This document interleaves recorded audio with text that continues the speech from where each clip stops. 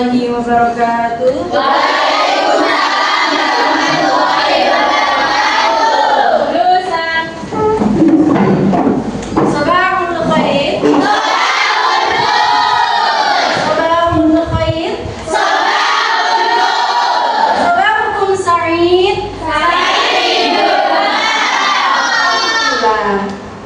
Selamat pagi. Bagaimana kabarnya hari ini? Sehat ya? Alhamdulillah.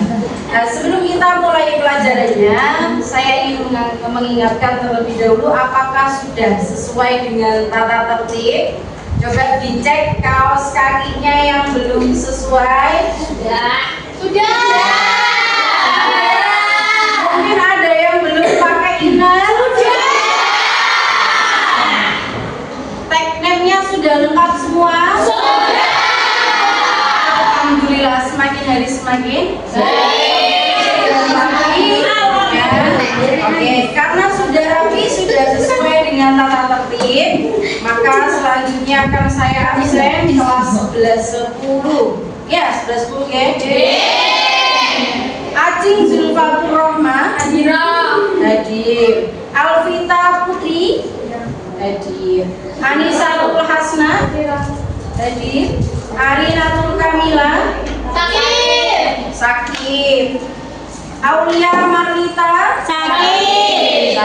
Aslifatul Husna hadir. Dina Amalia hadir. Evi hadir. Hajian ini hadir. Jelita sakit. Kok banyak yang sakit ya? Musim marah sakit, Bu. Keira Citra hadir. Alhamdulillah banyak yang hadir daripada yang sakit. Karena teman-teman yang sampean banyak yang sakit, maka kita doakan semoga mereka cepat sembuh. Bisa belajar lagi bersama. Anak-anak, pada hari ini kita akan belajar mengenai aliran-aliran dalam ilmu kalam. Kalau di pertemuan yang lalu sampai yang sudah mempelajari mengenai aliran syiah, maka hari ini kita akan mempelajari yang namanya aliran khawarij ya. Jadi aliran khawarij.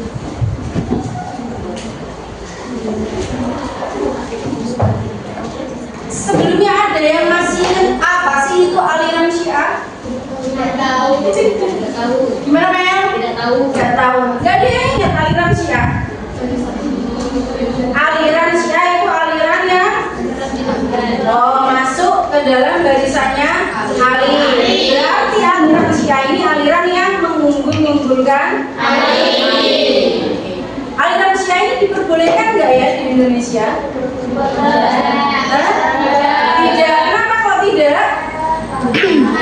Karena pemikiran-pemikiran aliran syiah terkenal ekstrim. Kalau syiah dilarang oleh MUI ya sesuai dengan fatwanya karena banyak pemahaman teologinya yang merusak, maka bagaimana dengan aliran khawarij? Sebelum sampai ke sana, perlu kita kenal terlebih dahulu apa itu aliran khawarij.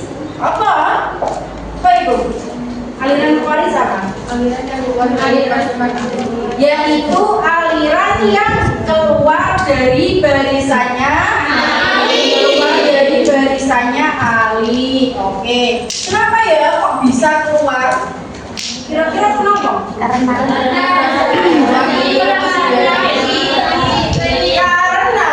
mereka merasa kecewa terhadap apa?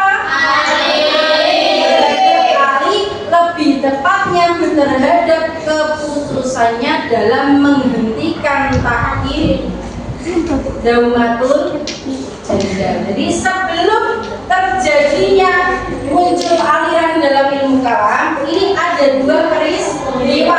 Apa? Yang satu yaitu perang sifin, satunya lagi tahkim daumatul janda. Perang sifin terjadi antara siapa? Antara Ali dengan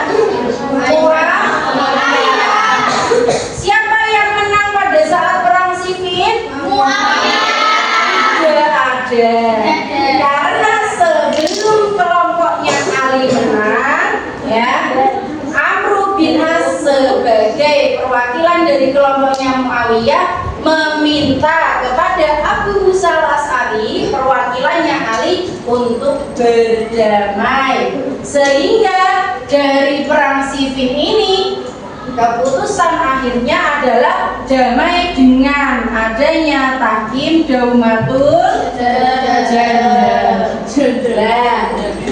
Proses tahkim daumatul jandal ini melahirkan keputusan yang di luar dugaan, yaitu Ali diturunkan secara paksa dari jabatannya, sehingga ada sekelompok orang yang merasa kecewa dengan keputusan tersebut, kemudian memilih keluar dari barisannya Ali.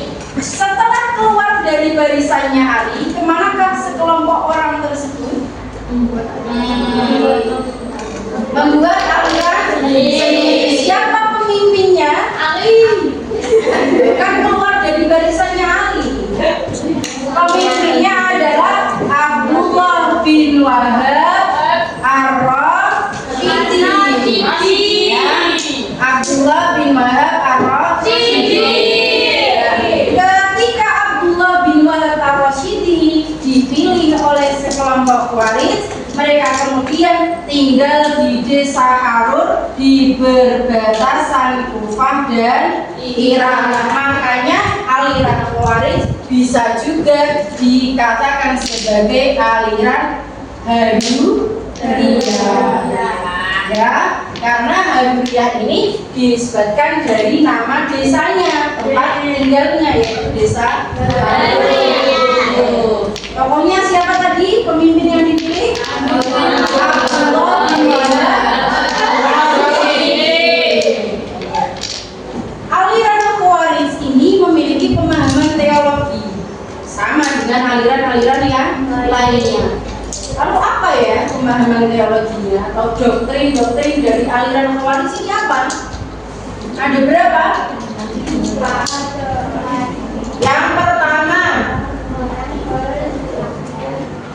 orang yang tidak sepaham dengan Khawarij, ya, dia dihukumi kafir.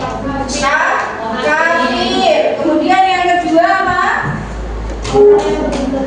Orang yang terlibat dalam perang Siffin dan arbitrase atau tahkim daumatul jandal juga disebut sebagai kafir. Ketiga, khalifah menurut orang-orang Khawarij tidak harus dari Bani Quraisy atau keturunannya Nabi. Lah ini pemikiran dasarnya aliran Khawarij. Sedangkan kita tahu sebagaimana Syiah itu ada yang ekstrim, ada yang moderat. Khawarij juga sama. Jadi Khawarij itu terbagi lagi menjadi beberapa sekte, ya. Ada jenis sekte dalam Khawarij. Apa wae? Satu, sekte Azariko. Azariko ini sekte yang ekstrim apa moderat? Ekstrim. Oke. Kemudian yang kedua ada sekte apa? Najdah. Najdah ekstrim, tengah-tengah atau moderat? Ekstrim. Oke. Terus yang ketiga, ibadiyah ekstrim, moderat. Nah, kira-kira apa yang membedakan ketiga sekte ini sehingga ono sing jenenge sekte ekstrim, ono sing jenenge sekte moderat? Apa yang membedakan? Gimana sih?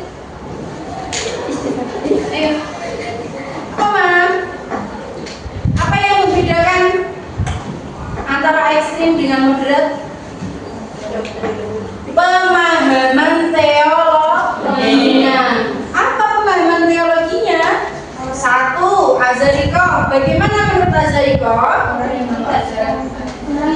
Orang yang tidak sepaham dengan Azariko dan seorang pelaku dosa besar dihukumi kafir. Jadi yang tidak sepaham, ya, yang melakukan dosa besar, yang sepaham tapi tidak tinggal di lingkungannya azarikoh, mereka semua dihukumi musyrik.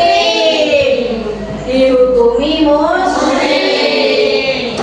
Kemudian yang kedua, kalau menurut Najdah bagaimana? Orang yang tidak sepaham, ya, terus pelaku dosa besar dikatakan sebagai kafir. Kemudian yang ketiga, menurut Ibadiyah. Ibadiyah ini aliran yang moderat. Sebab apa? Orang yang berdosa tidak bisa dikatakan sebagai mukmin, tidak dikatakan musyrik, tidak dikatakan kafir, melainkan dikatakan sebagai muwahhid atau orang yang kufur nikmat. Oke. Menurut Ibadiyah juga, orang-orang yang beriman, orang-orang muslim ini tidak boleh diperangi, ya. Karena apa? Ya karena mereka muslim. Tapi mereka boleh disita alat perangnya. Orang-orang yang berada di Darut Tauhid atau orang-orang yang muslim ini tidak boleh diperangi, tapi boleh disita alat perangnya. Nah, dari hasil pemikiran teologi Khawarij, kita tahu bahwa Khawarij ini berarti aliran yang mudah mengkafir-kafirkan orang lain. Okay? Ini bukan tanpa alasan, karena mereka ini sudah merasa kecewa. Menurut mereka apa yang dilakukan oleh Ali ini salah karena menghentikan perang secara tiba-tiba. Kemudian yang kedua, mereka juga meyakini bahwa apa yang dilakukan Muawiyah ini zalim, sehingga orang kalau zalim harus dihukum. Makanya kemudian orang-orang Khawarij ini, ya, menganggap bahwa yang terlibat perang Siffin, yang terlibat Takim Daumatul Jandal ini kafir. Nah, kira-kira aliran Khawarij ini boleh tidak berkembang di Indonesia? Tidak. Kenapa? Karena udah mengkafirkan orang lain. Berarti nanti bisa membuat sudut pandang bahwa seseorang yang tidak sepaham dengan kita kemudian disalahkan. Padahal tidak, ya. Kalau di Indonesia saja kita diajari Islam Nusantara yang toleransi. Berarti aliran Khawarij sama seperti aliran Syiah tidak boleh berkembang di Indonesia karena bisa mempengaruhi pola pikir masyarakat yang mudah menyalahkan, mudah menyudutkan. Oke, sampai sini ada pertanyaan? Ada. Sinten? Apa? Coba, ada pertanyaan sampai sini? Apa ya? Kalau tidak berarti saya yang bertanya. Oke? Oke. Bedanya musyrik sama kafir. Ini bedanya musyrik sama kafir apa? Iya, ono musyrik, ya. Terus ada kafir. Bedanya antara musyrik dan kafir apa? Orang musyrik ini tingkatan keburukannya lebih tinggi daripada kafir. Sebab apa? Ketika seseorang itu musyrik, berarti dia sudah menyebutkan Allah, sudah tidak bisa diampuni, ya, tidak bisa, ya. Tapi kalau kafir ini berarti tingkatannya di bawahnya musyrik. Orang yang dia kafir kemudian mendapatkan hidayah masuk Islam, ini masih bisa diterima. Contoh, sampai yang pernah perlu ceritanya Umar bin Khattab. Umar bin Khattab itu sebelum masuk Islam tak kafir kan? Ya kan? Bahkan Umar bin Khattab nantang, ada adiknya mau dibunuh gara-gara melihat adiknya baca Quran. Tapi ketika Umar bin Khattab mendapatkan hidayah dari Allah lalu masuk Islam, bahkan Umar bin Khattab menjadi sahabatnya Nabi, orang yang melindungi secara terang-terangan Nabi Muhammad ketika berdakwah. Iku yo Umar bin Khattab. Kalau musyrik dia menyebutkan Allah tidak mungkin bisa diampuni. Tapi kalau kafir dia barangkali dalam hatinya masih ada iman kemudian tobat maka bisa diampuni. Bedanya antara musyrik dan kafir. Gimana Solihah? Yang lain? Oke. Latar belakang munculnya Najdah. Sebenarnya Najdah ini kan bagian dari Khawarij ya. Nah, Azarikoh, Najdah dan Ibadiyah ini sama saja. Mereka lahir dari Khawarij. Hanya saja kenapa kok mereka kemudian berbeda pandangan teologinya? Karena pemahamannya tokoh-tokoh dari masing-masing sekte ini berbeda. Nah, sampai perlu tahu Azarikoh ini tokohnya siapa? Azarikoh tokohnya siapa? Abu Rosyid Al-Azhari Al-Azhar, ya kan? Kalau Najdah bin Amir Al-Hanafi. Kalau Ibadiyah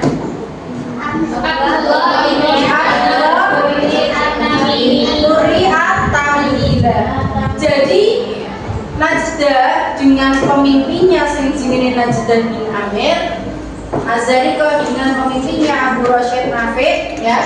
Ini mereka kenapa kok berbeda? Karena mereka memiliki pandangan atau hasil pemikiran yang berbeda. Namun sebenarnya lahirnya sama-sama dari pokok iku siji Khawarij.